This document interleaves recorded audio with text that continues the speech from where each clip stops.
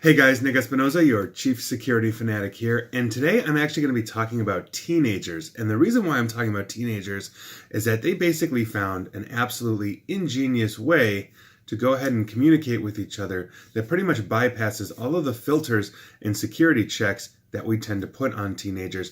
This includes school administration and oftentimes parents, and it's so very easy that you may be surprised. Now, as we know, most teens love to use things like social media, other communication platforms, not so much Facebook anymore, but things like TikTok, unfortunately, Instagram, Snapchat, etc.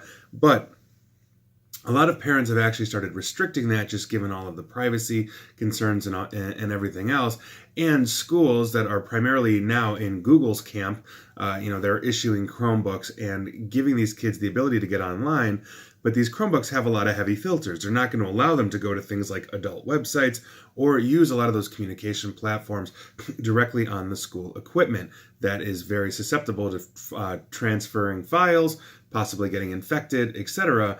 And so if teens want to communicate, they have to find a new way to do it, and they did just that. Now, the communication platform of choice for teens, and it's been spreading like wildfire, is Google Docs. Now, here's the interesting thing. Because most schools allow Google Docs because they're running Chromebooks and they are connecting to the education side of Google's cloud platform, Google Docs is absolutely open for them to sit there and work. They can also collaborate with other students because if you've ever used Google Docs, you can have, let's say, a document and 3 people in it, and as you make changes, the others see the changes. It's perfect for communicating. And so I can type something in Google Doc, my other collaborators will see it, and then they can respond, and we can have an entire conversation staying within the actual document.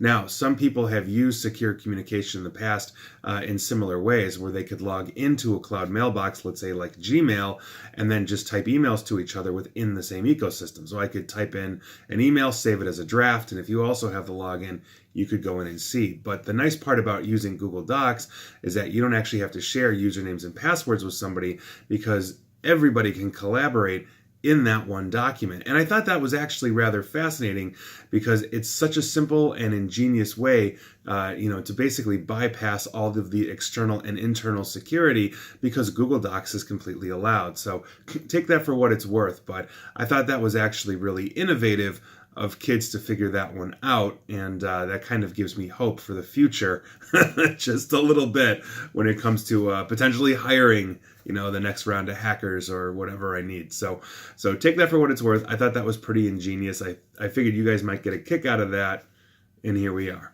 And please like, share, follow me here on Facebook and Twitter at NickAESP, and as always, stay safe and stay online.